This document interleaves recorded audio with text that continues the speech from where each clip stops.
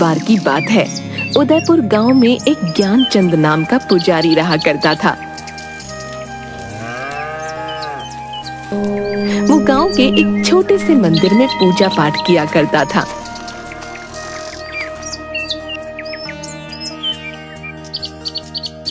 लेकिन ज्ञानचंद एक कपटी और लालची इंसान था।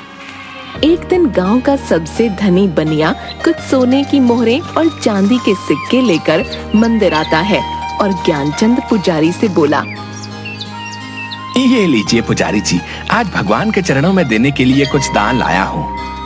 अरे हाँ हाँ, क्यों नहीं। भगवान के चरणों में जो भी तुम सच्ची भावना से चढ़ाओगे उसका तुम्हें दुगना ही मिलेगा। हाँ। जिसके बाद वो धनी बनिया सोने की कुछ मोहरें और चांदी के कुछ सिक्के मंदिर की दान पेटी में डाल देता है। ये देखकर ज्ञानचंद पुजारी की आंखों में लालच आ जाता है। अरे वाह, इतना सारा धन, अगर ये मुझे मिल जाए तो मेरे तो मजे ही आ जाएंगे। हाँ, वाह, पूरी जिंदगी इस मंदिर का पुजारी बनकर नहीं गुजारनी पड़ेगी। हाँ। अच्छा पुजारी जी, अब मैं चलता हूँ। जिसके बाद वो वहाँ से चला जाता है। तभी ज्ञानचंद दान पात्र में से धन निकालकर एक पोटली में अपने घर ले जाता है।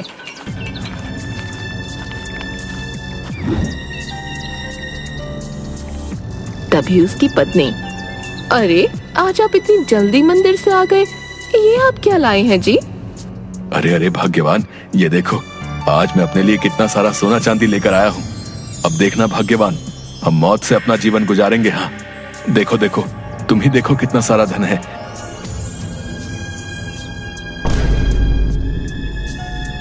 अच्छा, अब हम यहाँ और नहीं रह सकते, हमें यहाँ से जाना होगा। चलो यहाँ से।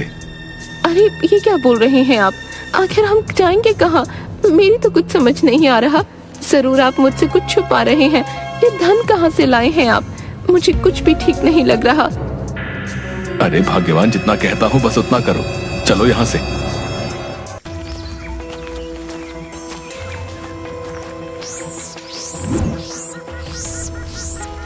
थोड़ी दूर चलने पर वो एक जंगल में पहुंचे, जहां उसे एक घास से बनी झोपड़ी दिखाई दी।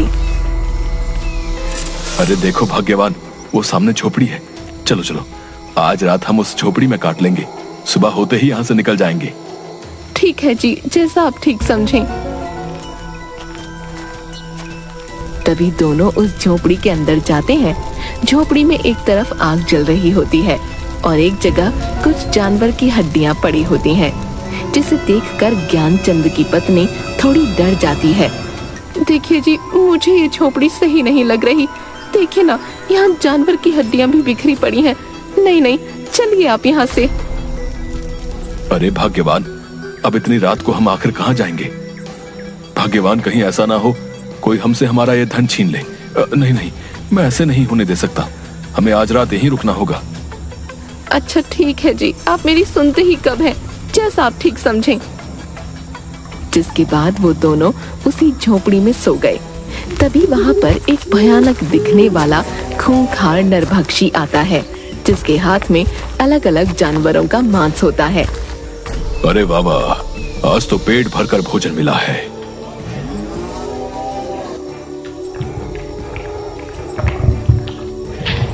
हाँ, आनंद आ गया। तभी उसे ज्ञानचंद पुजारी के सोने की आवाज सुनाई देती है, जो खर्राटे मार रहा होता है। अरे ये किसकी आवाजें आ रही हैं? कौन है यहाँ? तभी वो देखता है पुजारी और उसकी पत्नी उसकी झोपड़ी में जमीन पर सो रहे होते हैं। अरे वाह वाह, आखिरकार मेरे लिए नया भोजन आ ही गया। बहुत दिन हो गए किसी इंसान का मांस नहीं खाया, और अब नर और मादा दोनों इंसानों का मांस खाने को मिलेगा। वाह। ज्ञानचंद और उसकी पत्नी की नींद खुल जाती है। वो दोनों उस नरभक्षी को देखकर हैरान हो जाते हैं और बुरी तरह डर जाते हैं। मैं तुम दोनों को खा जाऊंगा। आज मेरे पेट को भरपूर शांति मिलेगी। हाँ, मैं खूंखार नरभक्षी हूँ। मुझे इंसानों का मांस खाने में बहुत मजा आता है। हाँ। अरे अरे, हमें छोड़ दो, जाने दो, हमें नहीं पता था ये तुम्हारी झोपड़ी है। हमें रुकने के लिए शरण चाहिए थी, इसलिए इस झोपड़ी में आ गए। छोड़ दो, हमें जाने दो। मैं एक मंदिर का पुजारी हूँ और पूर्ण रूप से शाकाहारी हूँ। कभी मांस को हाथ नहीं लगाया है। ऐसे में हमें खाने में बिल्कुल भी मजा नहीं आएगा। छोड़ दो, हमें जाने दो। क्या कहा? तुम शाकाहारी हो? तुम दोनों को खाकर मुझे न स्वाद आएगा और न मजा, इसलिए मैं तुम दोनों को नहीं खाऊंगा। लेकिन तुम्हें इसके बदले में मेरे लिए जंगल से जानवर का मांस लाना होगा। जाओ और जाकर मेरे लिए मांस लेकर आओ। मेरी भूख को शांत करो, जाओ, वरना मैं तुम्हें ही खा जाऊंगा। हाँ हाँ, क्यों नहीं, हम दोनों अभी जंगल जाते हैं और तुम्हारे लिए किसी जानवर का मांस लेकर आते हैं। नहीं, तुम दोनों नहीं जाओगे, सिर्फ तुम जाओगे।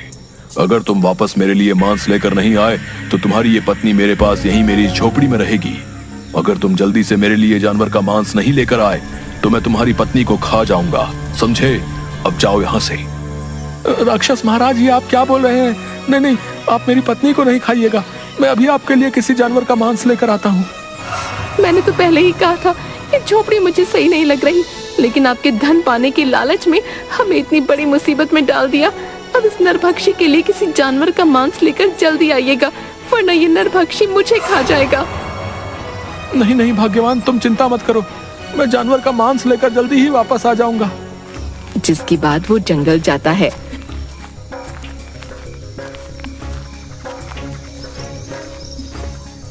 जंगल में थोड़ी दूर चलने पर वो देखता है एक भालू का छोटा बच्चा मरा हुआ पड़ा है, जिसे कुछ चील कौवे नोच रहे थे। अरे अरे, ये भालू का बच्चा तो मरा पड़ा है। मैं ऐसे ही उस नरभक्षी के पास ले जाता हूँ। जिसके बाद वो उस भालू के बच्चे को अपने हाथों में उठाकर उस नरभक्षी की झोपड़ी में आता है। तभी ज्ञानचंद देखता है कि उसकी पत्नी नीचे जमीन पर पड़ी हुई है और नरभक्षी बड़े मजे से उसके शरीर का मांस नोच नोच कर खा रहा है। ये देखकर ज्ञानचंद हैरान रह जाता है और जोर जोर से रोने लगता है। हाय हाय कपटी नरभक्षी, ये तूने क्या किया? तू मेरी पत्नी को ही खा गया। अरे मैं तो तेरे लिए जानवर का मांस लेकर आया हूँ, लेकिन तुझे जरा भी सब्र नहीं हुआ, मेरी पत्नी को ही मार डाला। तुम्हें आने में इतनी देर कैसे हो गई? मुझसे अपनी भूख सहन नहीं हुई, इसलिए मैंने तुम्हारी पत्नी को ही खा लिया। ये मैंने क्या कर दिया? मुझे माफ कर देना भाग्यवान, मैं तुम्हारे प्राण नहीं बचा पाया। माफ कर देना। न मैं मंदिर से धन चुराता और न हम यहाँ इस जंगल में आते। मेरे लालच ने मुझसे ये क्या करवा दिया। हाँ, आज के लिए इतना भोजन ठीक है। चलो अब थोड़ा विश्राम कर लेता हूँ। हाँ।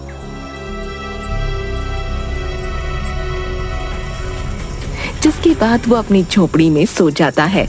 तभी ज्ञानचंद रोते हुए अपनी पत्नी की हड्डियों को उठाता है और जंगल की ओर चल देता है। वो अपनी पत्नी की हड्डियों को लेकर जंगल में जाता है और एक विशाल पेड़ के नीचे बैठ जाता है और रोने लगता है। मुझे माफ कर देना भाग्यवान, मेरे लालच ने तुम्हारी ये दशा कर दी है। मुझे बहुत पछतावा है, भगवान मुझे माफ कर देना। तभी उसे रोते देख पेड़ पर से एक गिद्ध की आवाज आती है। क्या हुआ है तुम्हें? तुम क्यों रो रहे हो? ये मेरे सोने का वक्त है, लेकिन तुम मेरी नींद में बाधा डाल रहे हो। ज्ञानचंद उसे देखकर थोड़ा डर जाता है। उस खूंखार नरभक्षी ने मेरी पत्नी को मार डाला। अब मैं क्या करूंगा? मेरी प्रिय पत्नी मुझे छोड़कर चली गई है। अब भला मैं जीवित रहकर क्या करूंगा? अब मैं भी मर जाना चाहता हूँ। मैं खुद ही उस खूंखार नरभक्षी को अपने आप को समर्पित कर दूंगा। अब मैं जीना नहीं चाहता। उस खूंखार नरभक्षी ने तुम्हारी पत्नी को भी मार डाला है। इस खूंखार नरभक्षी का आतंक तो इस जंगल में बढ़ता ही जा रहा है, जिसकी वजह से अब इस जंगल के जानवर पूरी तरह से खत्म होने को हैं। वो एक खूंखार नरभक्षी है, लेकिन मैं इसमें तुम्हारी सहायता कर सकता हूँ। तुम्हारी पत्नी फिर से जीवित हो जाएगी। ज्ञानचंद ये सुनकर थोड़ा खुश हो जाता है। क्या सच में तुम सच बोल रहे हो? क्या मेरी पत्नी फिर से जीवित हो सकती है? तुम कौन हो? आखिर मेरी पत्नी कैसे जीवित हो सकती है, बताओ मुझे। मेरा नाम गरुड़राज है। मेरे पास दैविक शक्तियां हैं, इसलिए वो खूंखार नरभक्षी मुझे कुछ नहीं कर सकता। तुम्हारी पत्नी का जीवित होने का सिर्फ एक ही रास्ता है, जिस पर चलकर ही तुम अपनी पत्नी को जीवित कर पाओगे, लेकिन वो रास्ता बहुत कठिन होगा। गरुड़राज, आखिर क्या है वो कठिन रास्ता? मुझे बताओ, मैं अपनी पत्नी को फिर से जीवित करने के लिए किसी भी कठिन रास्ते पर जाऊंगा। इस जंगल के उस पार एक गुफा है जिसमें एक बहुत ही महान तपस्वी देवराज रहा करते हैं। तुम्हें उनसे मिलना होगा। वही तुम्हारी पत्नी को फिर से जीवित करने की राह दिखाएगा। लेकिन देवराज तपस्वी किसी भी इंसान को अपनी गुफा में इतनी आसानी से आने नहीं देता। तुम्हें उससे मिलने के लिए कई चुनौतियों का सामना करना पड़ेगा। गरुड़ राज, मैं जरूर उस गुफा में उस महान तपस्वी के पास जाऊंगा, चाहे फिर मुझे कितनी ही मुश्किलों का सामना क्यों ना करना पड़े। तभी गरुड़ राज उसे अपना एक पंख देता है। ये लो मेरा ये जादुई पंख ले जाओ। जब तुम उस गुफा में मुश्किल में आओगे तब ये मेरा जादुई पंख तुम्हारी सहायता करेगा। ज्ञानचंद वो पंख लेकर जंगल के पार वाली गुफा में जाता है।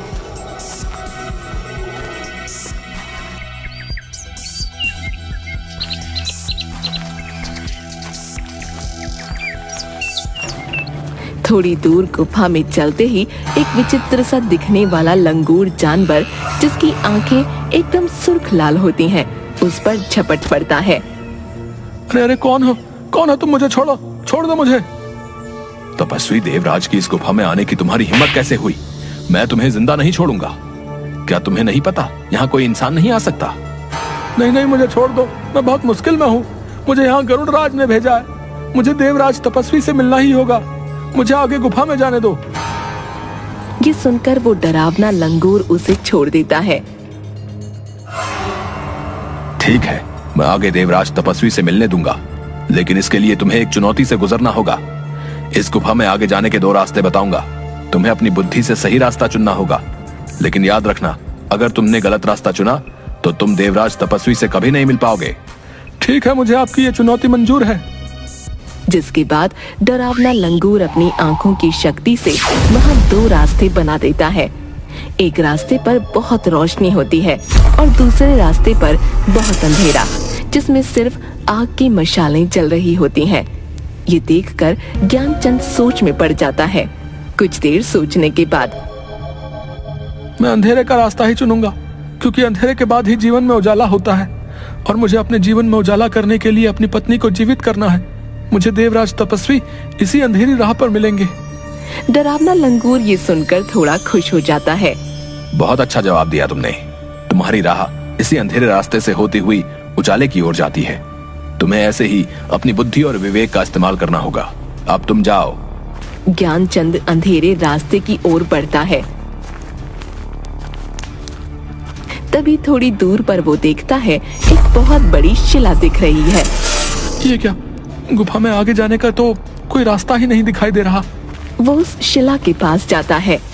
इतनी बड़ी शिला, आखिर इसका क्या मतलब हो सकता है?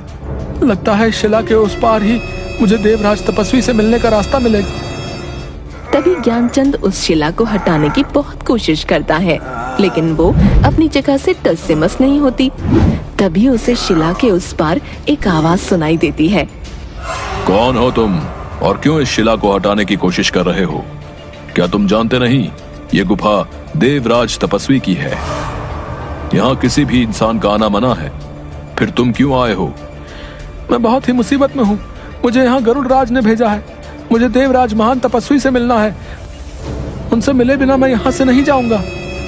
तुम्हें गरुड़ राज ने भेजा है, इसका तुम्हें प्रमाण देना होगा। तुम्हें एक चुनौती का सामना करना होगा, तभी तुम इस शिला के पार आ सकते हो। मुझे आपकी चुनौती मंजूर है। क्या करना होगा मुझे बताओ। इस शिला को खोलने की चाबी का पता तुम्हें अपनी बुद्धि से लगाना होगा, तभी तुम इस शिला के अंदर आ पाओगे। ज्ञानचंद ये सुनकर सोच में पड़ जाता है और कुछ देर सोचने के बाद वो देखता है कि शिला पर अचानक से एक निशान दिखने लगता है, जो बिल्कुल गरुड़ राज के दिए पंख की तरह होता है, जो कि ज्ञानचंद के पास होता है। वो उस पंख को अपने हाथ में लेता है। अच्छा, तो इस शिला की चाबी ये पंख ही है, क्योंकि इस शिला पर दिखाई दे रहा ये निशान गरुड़ राज के पंख की तरह है। जैसे ही ज्ञानचंद उस पंख को शिला पर रखता है, वो पंख उस शिला में समा जाता है और शिला का द्वार खुल जाता है। ज्ञानचंद उस शिला की गुफा के अंदर जाता है और देखता है कि देवराज तपस्वी एक स्थान पर अपनी ध्यान मुद्रा में बैठे हुए हैं और ओम का उच्चारण कर रहे हैं। ओम ओम ओम ओम। तभी ज्ञानचंद उसके पास जाता है। हे महान तपस्वी देवराज, आंखें खोलिए, मुझे आपकी सहायता की आवश्यकता है। आप ही मेरी सहायता कर सकते हैं, आंखें खोलिए अपनी। कि देवराज तपस्वी अपनी आंखें खोलता है। कौन हो तुम और क्यों आए हो हमारी गुफा में? यहाँ हम अपनी ध्यान मुद्रा में रहते हैं, इसलिए किसी भी इंसान का यहाँ आना वर्जित है। लेकिन तुम यहाँ इतनी चुनौतियों का सामना करके आए हो, तो हम तुम्हारी सहायता अवश्य करेंगे। बताओ हमें, हम तुम्हारी क्या सहायता कर सकते हैं?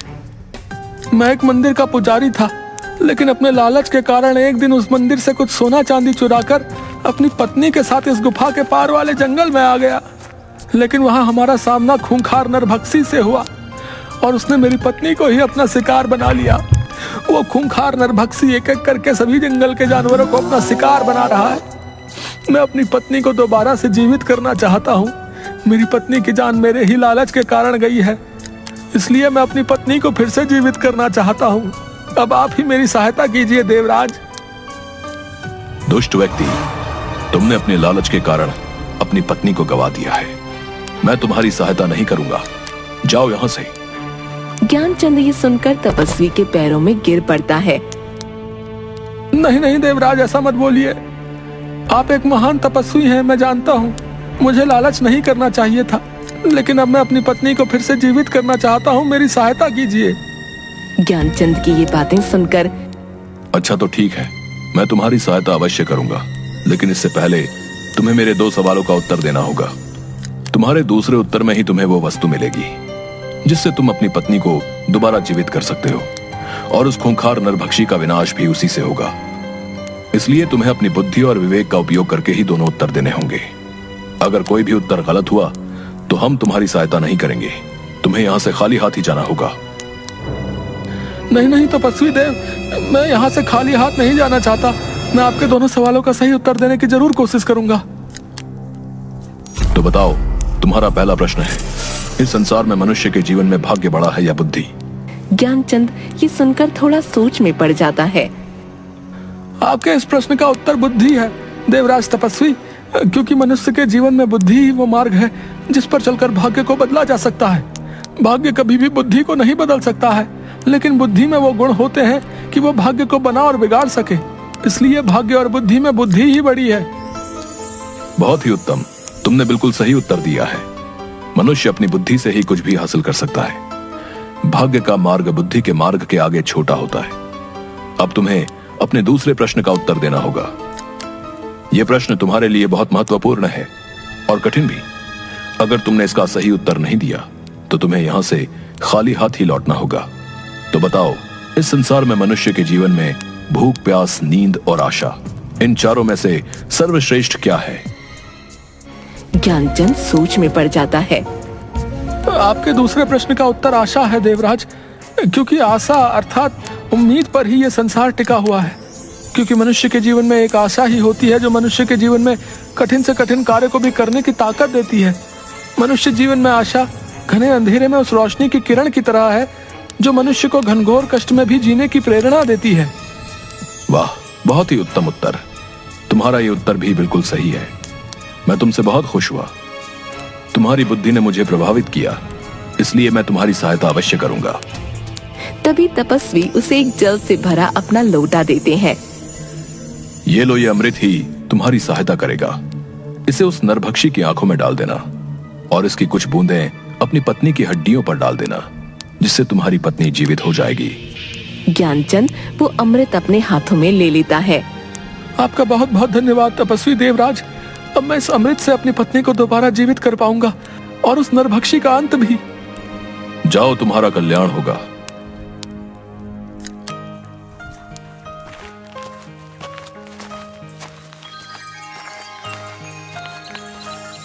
जिसके बाद ज्ञानचंद अमृत लेकर उसी जंगल में जाता है। तभी उसे वो नरभक्षी मिलता है। नरभक्षी ज्ञानचंद के हाथ में वो अमृत का लोटा देख लेता है। अच्छा, तो तू उस तपस्वी देवराज के पास गया था। उसने ही तुझे मेरे अंत का रास्ता बताया होगा, लेकिन मैं ऐसा नहीं होने दूंगा। मैं तेरे सामने ही नहीं आऊंगा तो तू मेरी आंखों पर यह अमृत भी नहीं डाल पाएगा। लेकिन मैं तुझे जिंदा नहीं छोड़ूंगा। हाँ, मैं तुझे भी खा जाऊंगा। और नरभक्षी ज्ञानचंद को अपने दांतों से उसकी गर्दन से पकड़ लेता है। तभी वहाँ गरुड़ राज पेड़ से खूंखार नरभक्षी के ऊपर छलांग मारता है और नरभक्षी ज्ञानचंद की गर्दन को छोड़ देता है। ये तूने अच्छा नहीं किया गरुड़, मैं तुझे भी जिंदा नहीं छोड़ूंगा। आज तुम दोनों को खाकर ही मैं अपनी भूख मिटाऊंगा। हाँ। कि तभी अचानक से ज्ञानचंद अपने हाथ में उपस्थित अमृत खूंखार नरभक्षी की आंखों में डाल देता है। अमृत डालते ही वो नरभक्षी जोर जोर से चिल्लाने लगता है।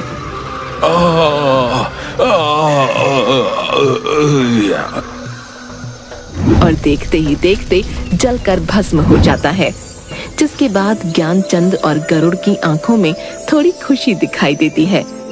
नरभक्षी का तुमने अंत कर दिया है, वाकई तुम बहुत बहादुर निकले। अब जाओ और अपनी पत्नी की हड्डियों पर इस अमृत की बूंदें डाल दो। जिसके बाद ज्ञानचंद अपनी पत्नी की हड्डियों पर उस अमृत को डाल देता है, जिसके बाद उसकी पत्नी दोबारा जीवित हो जाती है, जिसे देखकर ज्ञानचंद खुश हो जाता है। आखिर तुम फिर से जीवित हो ही गई भाग्यवान, तुम मेरे पास दोबारा लौट आई हो। मेरे लिए इससे बढ़कर और कुछ भी नहीं। लेकिन ये सब कैसे हुआ जी? मुझे तो उस खूंखार नरभक्षी ने मार डाला था, फिर ये सब कैसे हुआ? जिसके बाद ज्ञानचंद अपनी पत्नी को सारी बात बताता है। आप तो सच में एक बहादुर इंसान निकले जी। आपने लालच में जो पाप किया था उसकी सजा आपको इस रूप में मिली जी। आपके लालच ने मुझे सदैव के लिए आपसे दूर कर दिया था, लेकिन आपके पश्चाताप और मुझे दोबारा जीवित करने की इच्छा ने मुझे फिर से आपके पास वापस ला दिया है। अब आप कभी भी लालच की झांसे में मत आइएगा। हाँ नहीं भाग्यवान, मुझे समझ आ गया है, मनुष्य को लालच सिर्फ विनाश की ओर ही ले जाता है। दोनों खुश रहो। आज तुम्हारी वजह से इस जंगल को इस नरभक्षी से मुक्ति मिली। धन्यवाद। आपका भी बहुत बहुत धन्यवाद गरुड़ राज, आपकी सहायता के बिना ये संभव नहीं था।